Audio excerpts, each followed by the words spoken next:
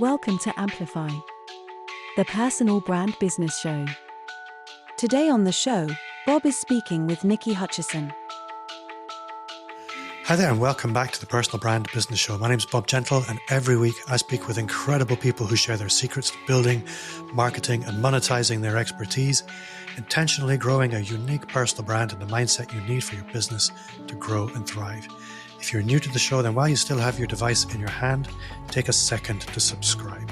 That way you won't miss a single thing. And if you're on Apple Podcasts, it's the super discreet plus icon up in the top right-hand corner. So this week, I am really excited to welcome Niki Hutchison to the show. Niki was one half of the wonderful Adventures in Marketing conference. But Niki's world is bigger than Adventures in Marketing, although I'm sure it's full of adventures. Niki, welcome to the show. Thanks, Bob. Thanks for having me. So for the listener who's meeting you for the first time, could you maybe just start by telling us a little bit about who you are, where you are, and the kind of work you do? Absolutely. So I'm Niki. I'm based in Edinburgh, which you may be able to guess once you hear me talking. And I am a marketing strategist. I spent most of my career working in ad agencies as a brand strategist before becoming an entrepreneur in 2012. And I love to support service-based business owners to go from overlooked to fully booked. I love that, the way that you described that. I saw that on your website. And for me, that is one of the real frustrations, that you meet some diamond businesses, but nobody can ever find them. Yes. I find this hugely frustrating as well. So I'm curious to know from your perspective, maybe let's start with the meat and potatoes. So from your perspective as a marketing and a brand strategist, what is marketing? And in the average small service-based business, whose responsibility should that be? I love this question, Bob. Thank you for asking this question, because the answer that I always give when somebody asks me what is marketing is everything. Now, I know that I am completely biased because this is my background. I always dreamed of working in the ad industry and I have done for most of my career. However, I firmly believe that every single small business owner also needs to develop the skills to become a marketer, whether you are then going to go on and outsource your marketing to an agency, or whether you're going to have a team, or whether you're going to take care of it all yourself. It is our responsibility as small business owners to learn how to market ourselves, because otherwise we end up in that scenario that you just described, where we are running a brilliant business and yet we don't have enough bookings, clients, sales coming through. So in answer to your first question, marketing is everything from the way that you behave.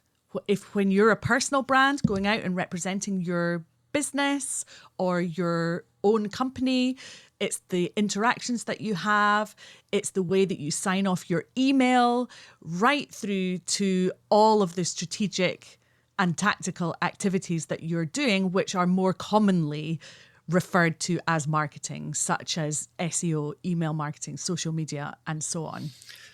So the business owner, I think you might recognize this scenario. I'm going to tell you a real story. And this real story is kind of part of the reason why I don't do what you do. So I was hired once back in the day when I was a traditional marketing person by what I will only describe as a very blokeish company. And this company was built on the charisma of a really likable man about town, we'll call him. He was moving towards retirement. And the conversation he had with me was, I carry all the marketing in this business. It's all my relationships that drive this business. And it's not really sustainable as I look towards exit, maybe in the next 10 years. And I need the rest of the team to step up on the one hand, but I can't really see that happening. So I'd like you to come and do the marketing, please, and fix this. And it just didn't work because they didn't want to spend money, but he wasn't willing to hold the rest of his team accountable. And you couldn't have both. You either need to pay somebody to do all of this for you, or it needs to become part of the natural culture in the business. Or a lot of the time, perhaps a blend of the two.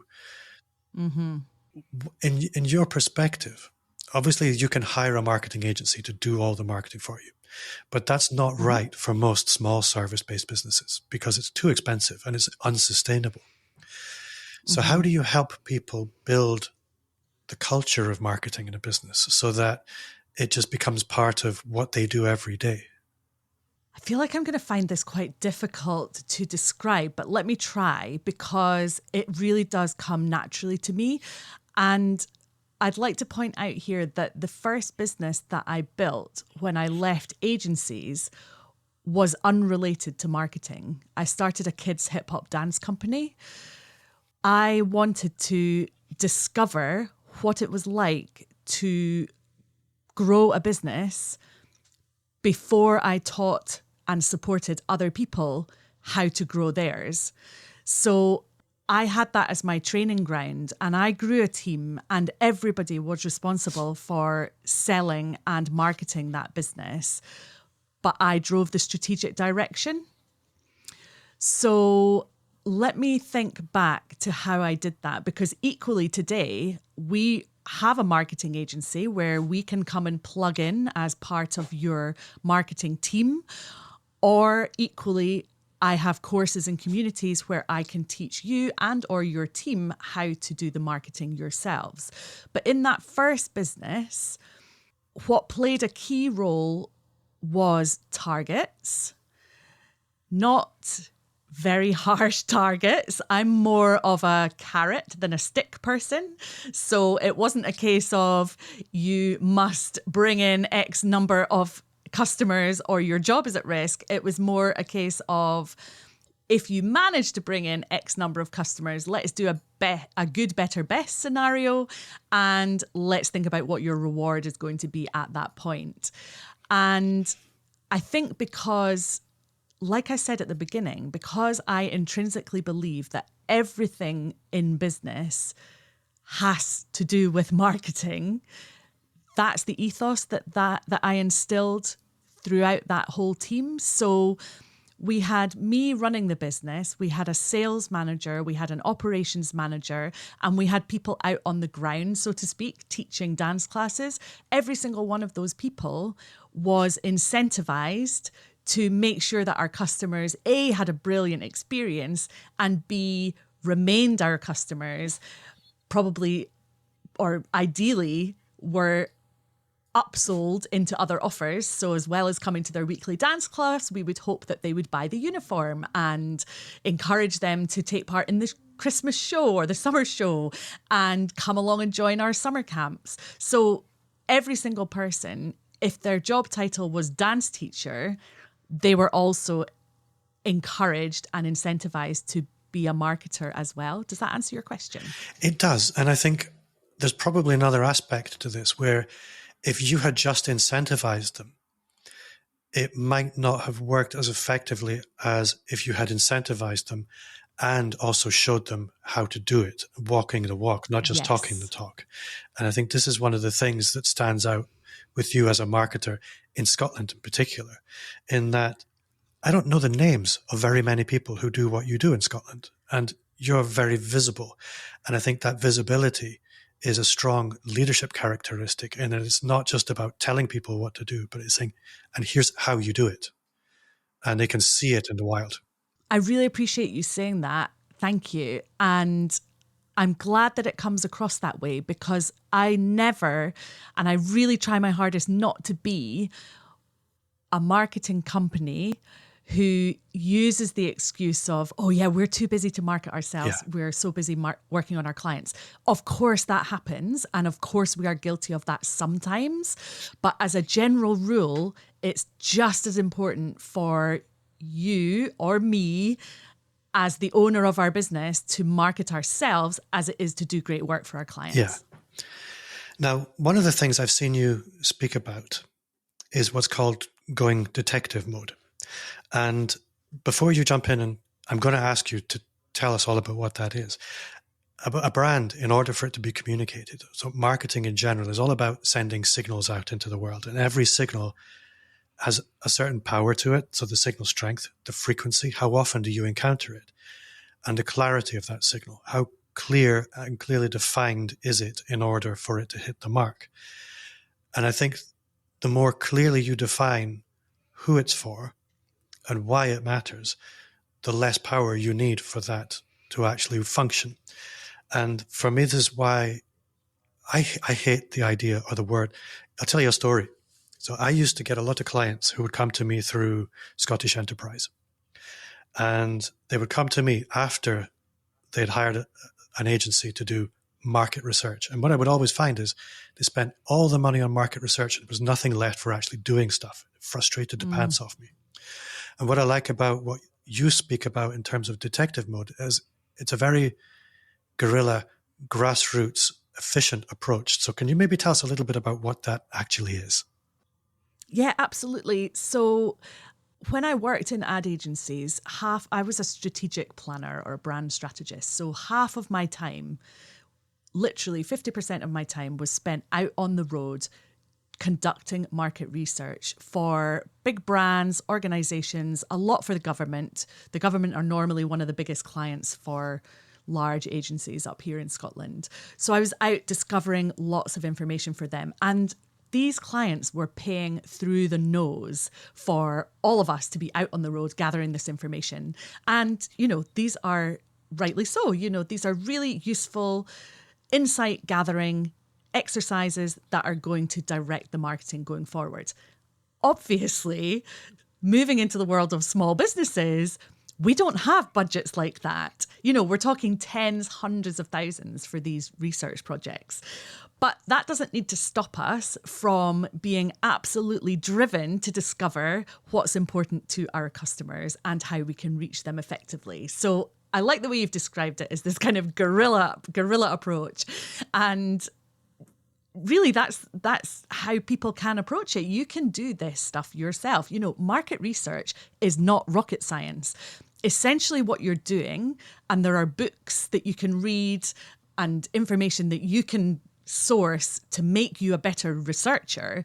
But essentially, the people that you're speaking to, they've got all the answers. So you don't have to come up with the answers. You just have to come up with the best way of discovering the most useful information that's going to power your business. So, for example, and I still offer this as a service for clients today. We worked with an HR company recently who wanted to discover why more of their clients were buying into one particular package than the other things that they had on offer. And you can do this through primary research, what's called qualitative research, where you're speaking to a small number of people, but getting real quality depth of answers from them.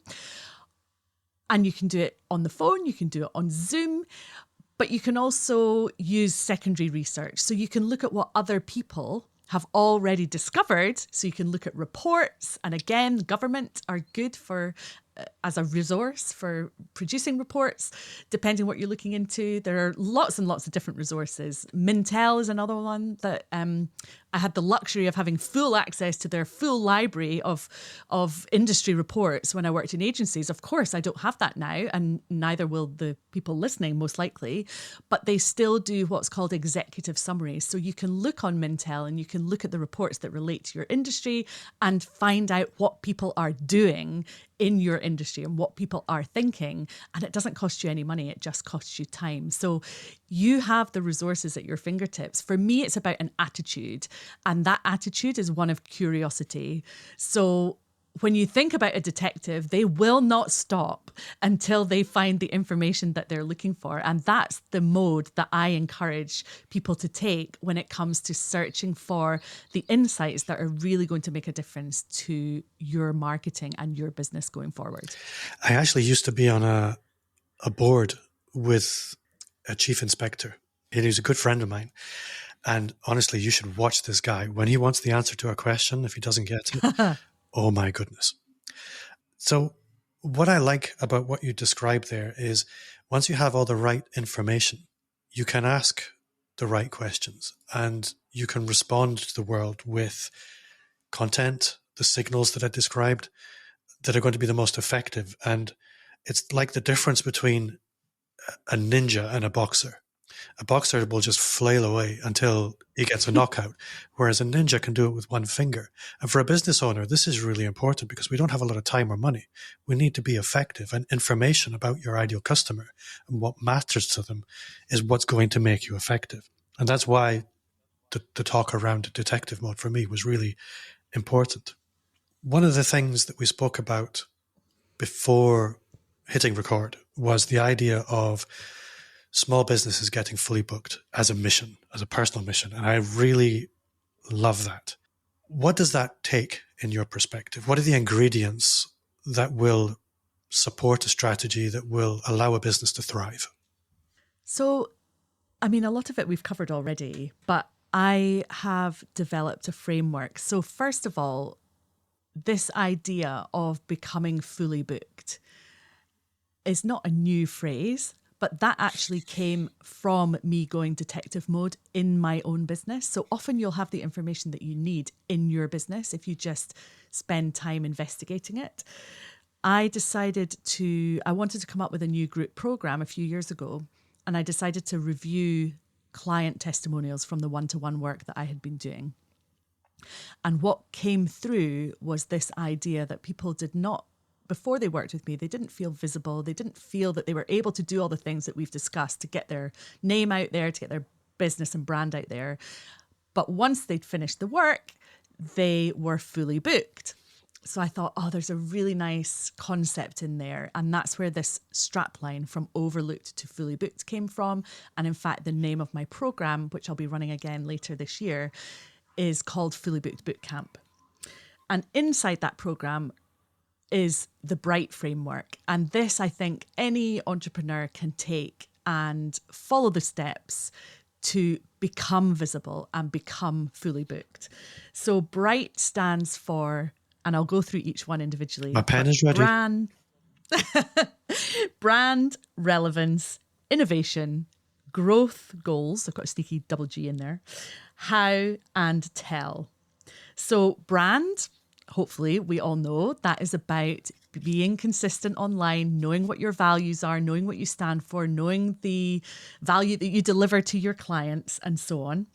Then relevance is about how to make sure that you are offering things and communicating things in a way that is relevant to your ideal client. So for me, it's a step beyond simply identifying your ideal client. It's also thinking about the messaging that you're going to use to reach them. I is for innovation, and that's about making sure that you are selling things that are very exciting. You're not just doing the same as everybody else, but you are selling things that are appealing and exciting both to you because you want to enjoy your business and to the clients that you're looking to attract. Growth goals, fairly self-explanatory. We've talked already about incentivizing teams. You need to incentivize yourself and make sure that you are motivated to hit these goals that you're setting. How is about the strategy. How are you going to attract these clients? And tell, for me, is about telling everybody, getting the word out there, using different marketing methods to make sure that everybody who you want to hear about you does hear about you, because we don't want to we're not going mass market here. We don't want to appeal to everybody, but everybody within the niche of people who we want to work with or the type of people that we want to work with. So for me, it's about getting really clear and strategic and taking these steps one by one, and it is a process. And you might have one or two of the steps nailed already, but you might need to go back and revisit some of the other ones. But if you can follow that process, and it's an ongoing journey, but all you need to do is work on it for where you're at in your business today. And then you may want to repeat it in a year's time. But if you can follow those steps, you are pretty much guaranteed to go from being overlooked to much, much closer to being fully booked. I'm just imagining businesses into each of these steps. And yeah, the net effect of this should be the required conditions for success. It's a very elegant framework. I really like it. I think I had a guy called Mike Vardy, the productivityist on the show probably a couple of years ago now. And he coined the phrase, frameworks foster freedom. And what they allow us to do is follow a process without really having to think too much, knowing that the creativity has been put together in advance, and all we have to do is now follow the process. And your framework really outlines and illustrates and facilitates that really nicely. Thank you. I completely agree that a framework definitely makes life a lot easier because you're no longer floundering around and wondering where to start or what to do next. I think what I would like to distinguish is between that and what I keep seeing online at the moment, people talking about, I don't offer a cookie cutter approach. So a framework is not a cookie cutter approach. You're very much plugging in your own thinking and your own information and your own business stats and ideas. But as you say, if you can follow this tried and tested framework, then it will result in success. I think of a framework not as a cookie cutter, but as an artist's palette. Like that. Because they're simply some constraints within which you need to be creative. It's not like, okay, let's just throw mud at the wall. But we know if we use these minerals and we use these walls, we typically get amazing results. Yes. It's very different. So a question I want to ask you is, in most businesses, this is really focused on your business now. Opportunity comes to us through 4 main doors. It can come through outbound sales. It can come through content and content marketing. It can come through our network, our relationships in different forms, or it can come through ads. Those are typically the only 4 doors. Mm-hmm. And I'm always interested to hear from people what works for them. And there is a danger that you might tell me content. And it might be that content's what drives a lot of it. But I'm willing to put money on, and I don't want to preempt things here, but it's important for me to maybe set the stage a little bit, that my assumption is that your content has a very powerful effect on your network. So, and on that basis, I'm going to invite you to answer the question. So outbound content, network, or ads? So first of all, I am a very strong believer in the power of organic marketing. So whilst we have used ads, and we will continue to use ads in the future, my belief is that you should not use ads and you don't need to use ads until you are quite far on in business. So for example, I grew both of my businesses to over 6 figures before using any ads, because it just makes me sad to hear so many horror stories of small business owners spending a lot of money on ads and not getting the results that they want. And it usually comes down to the fact that they haven't actually tested enough content out organically before putting money behind it. So let's rule ads off the table for now. Yeah. And in terms of the other 3, I'm working hard to get better at outbound sales, because we do rely heavily and we do invest heavily in creating content and in networking. And I love doing both of those things. I didn't always love networking, but I really do now. And content, I love to challenge myself and my team to always do better and be creating better content and monitoring the results that we're getting. So those are the 2 that we focus on. In my first business, we also probably focused more on outbound sales, definitely focused more on outbound sales than networking with that business. I didn't really like selling. I didn't really have much experience in selling when I started that business. But I knew that we wanted to get into basically a B2B audience. So we were selling our classes and camps and so on to direct to customers. And I realized that there was a growth opportunity within private nurseries and within schools. And so it very much became a numbers game at that point. With the schools, not so much. Once I got in with one, they would recommend us to others, and we grew very quickly. With the private nurseries, there were already lots of other providers in there, maybe not delivering dance classes, maybe delivering music or drama or what have you. But those were our competition. And I had to become quite a persuasive salesperson to get taster sessions of our classes booked in with those nurseries. And then off the back of the taster, they would convert pretty much about 80%. But I had to force myself. Every Tuesday was sales day. And I started that business from my kitchen table. And I still remember sitting at that kitchen table, procrastinating until you can't really get through to nurseries after 3:00 in the afternoon because they're busy with kids being picked up or they're out in the garden or whatever. So I would procrastinate until about lunchtime doing anything that I could except for sell. And then I would cram in as many phone calls as I could. And we had direct mail pieces going out to them that I would follow up on and things. So those three in combination are a very powerful force. And then you can add in ads as the cherry on the top further down the line. I really like the way that you told that. The narrative there is actually really important. I absolutely agree with the ads perspective. People often ask me, especially early stage people in the what you would call the expert space, like, oh, can't we just accelerate things with ads? And my perspective is you can't multiply by 0 or even 1. If you don't have something that's already converting, you can't really amplify it with ads. But people always try and find a way to be right. One of the things with you now, and I hinted at this earlier, is as a business owner, you have what I would call a leader brand. It's not just a personal brand. Lots of people have personal brands, but you're an industry leader within the marketing space in Scotland at the moment. And that's to a large extent because of the rolling of the dice with the Adventures in Marketing conference. I'm curious.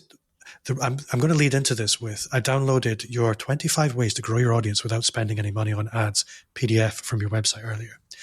And one of the items on that list as I scanned through it is launching your own event, which is something I've hankered after for many years. I've dabbled in it from time to time.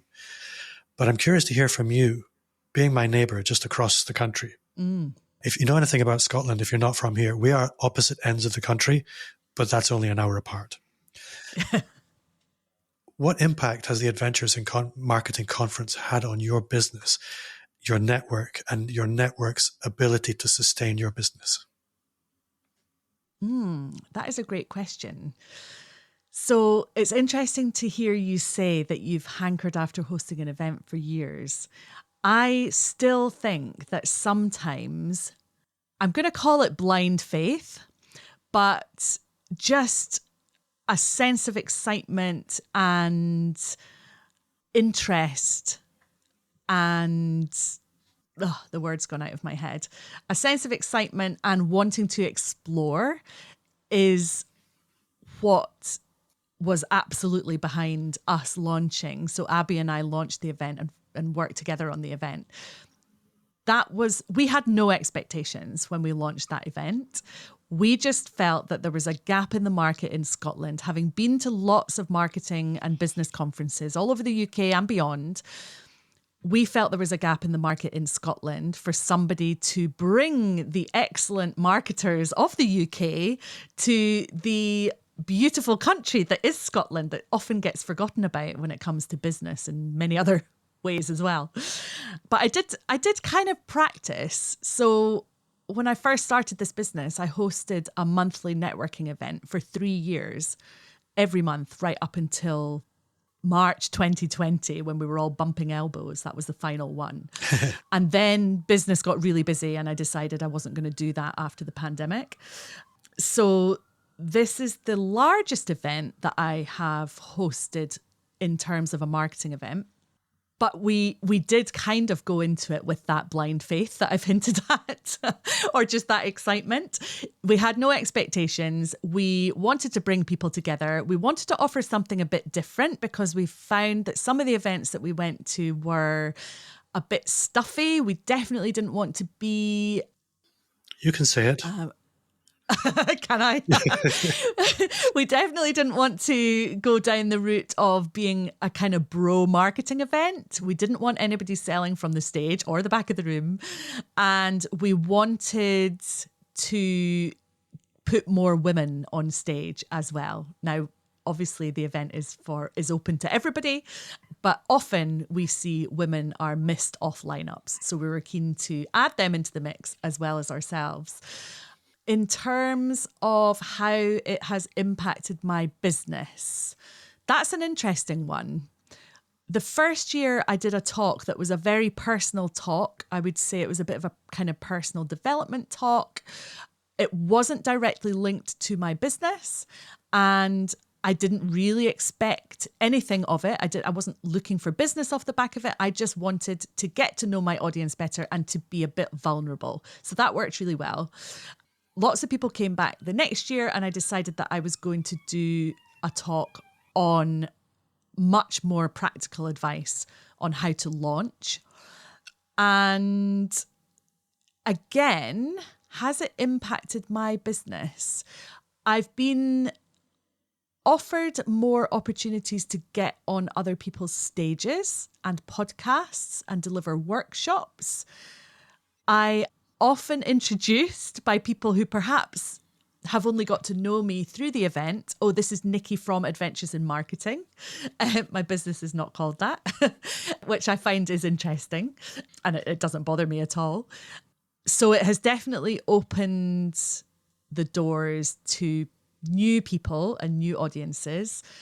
And now we've got people applying to speak at the event next year. So I'm getting to know even more people. So for me, the impact has been around growing my network of brilliant people who I want to learn from, who I want to spend time with, and who I want to put in front of other people who I think are going to benefit from learning from them. So I guess in terms of my personal brand, it's had a bigger impact than it has had on my actual business. Yeah, I totally agree with you there. I think one of the things that I imagine happens more often than not is that you don't have to persuade people of your capabilities as often as you perhaps used to. That once you're in the door with an opportunity, that opportunity converts in your direction more readily than it perhaps used to. Yes, but I don't know if that's directly connected to the event, or is that just connected to having been in business and worked with more people over the past 7 years? I wonder if it's a combination, because I think people do judge us by the company we keep and the leadership that we demonstrate. And if an industry is going to see somebody as a leader, then the potential company is going to definitely be impacted by that. And certainly I am. Yeah, that's true. I am as well. So yeah, I think that's a really good point. People, to a certain extent, are quite superficial, and they're influenced by superficial things. And the signals that we send are what compound up to become our brand. And those are the things that do impact people. Yeah, it's interesting. A client said to me last week, because it's March and into the beginning of April have just been quite crazy. I've had about 6 weeks where I've been traveling loads, going to loads of different things, speaking on stages, seeing loads of different people. And of course, we've been reflecting that online to capitalize on that. And it does work. I had a client say to me the other day, gosh, you look so busy. That is really attractive as somebody thinking about working with you. Yeah. I think there's two perspectives I have here. One is traditionally quality rises to the top. Now, that's not always the case, but you can see it when it happens. But alongside this, and this is what I imagine you're enjoying at the moment, is any community operates, this sounds really mean and nasty the way I say it, but they operate a little bit like a pack of wolves in that they'll go out to support those animals they see as strong, and pick on or ignore those animals they see as weak. And the strength is all in perception. It's about the stories that we tell. And if we tell the right stories that matter to people, stories of success and thriving,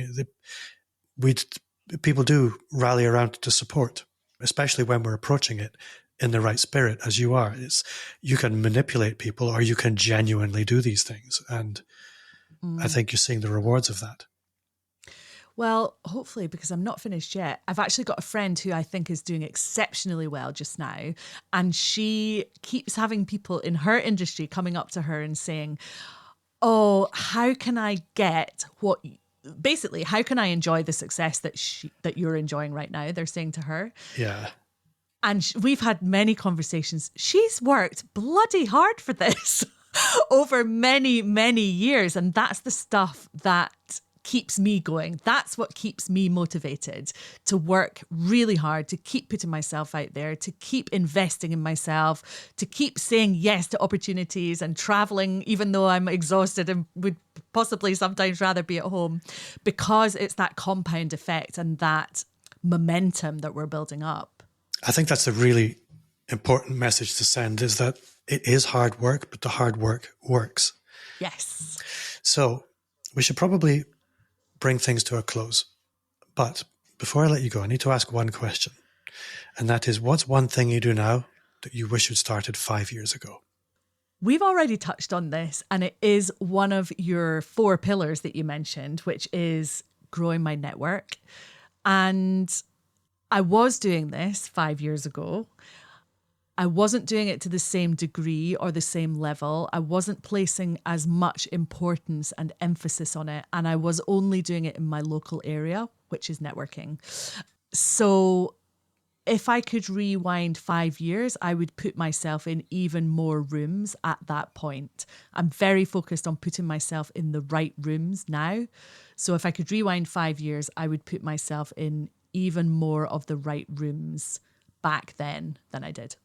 I think that's a really important question, because my question about the 4 doors is vaguely leading, because what's interesting is a lot of the really big names that we know online, when I ask them these questions, I saw Pat Flynn the other day posting that he does all the things with marketing, but the game-changing, earth-moving opportunities always come through his network. And that if he was down to his last $1,000 and he had to start again, he would fly to the biggest industry event and focus 100% on relationships. So if that's Love that. the importance for Pat Flynn, then for you and I, it's fundamentally important. And on that basis, It's been awesome to meet you properly today. We've superficially met when you've been really busy, but it's nice to get some time. It definitely is. I've really enjoyed our conversation, and let's make time to actually have more conversations in the future. Well, I have an aunt in Leith, and I will hit you up, and when I'm down there, we can have a cup of coffee. Sounds great. I look forward to that. So for you at home, thank you for listening. Niki Hutchison, thank you so much for your time today. Thank you so much for having me. It's been an absolute pleasure. And for you at home for listening, thank you. You have been awesome. If you did enjoy this show, then you will also love the Personal Brand Business Roadmap. It's everything you need to start, scale, or fix your expert business. It's 55 pages, completely free as a gift from me. Just visit amplifyme.agency/roadmap. Don't forget, you can also download Niki's 25 ways to grow your 25 ways to grow your audience without spending any money on ads. Where can they get it, Niki? That is at nikihutchison.com/25 ways. It's really good. I have it in front of me right now. I'm going to be auditing myself with this. Niki, thank you very much. You at home for listening, thank you very much. And I will see you all next time.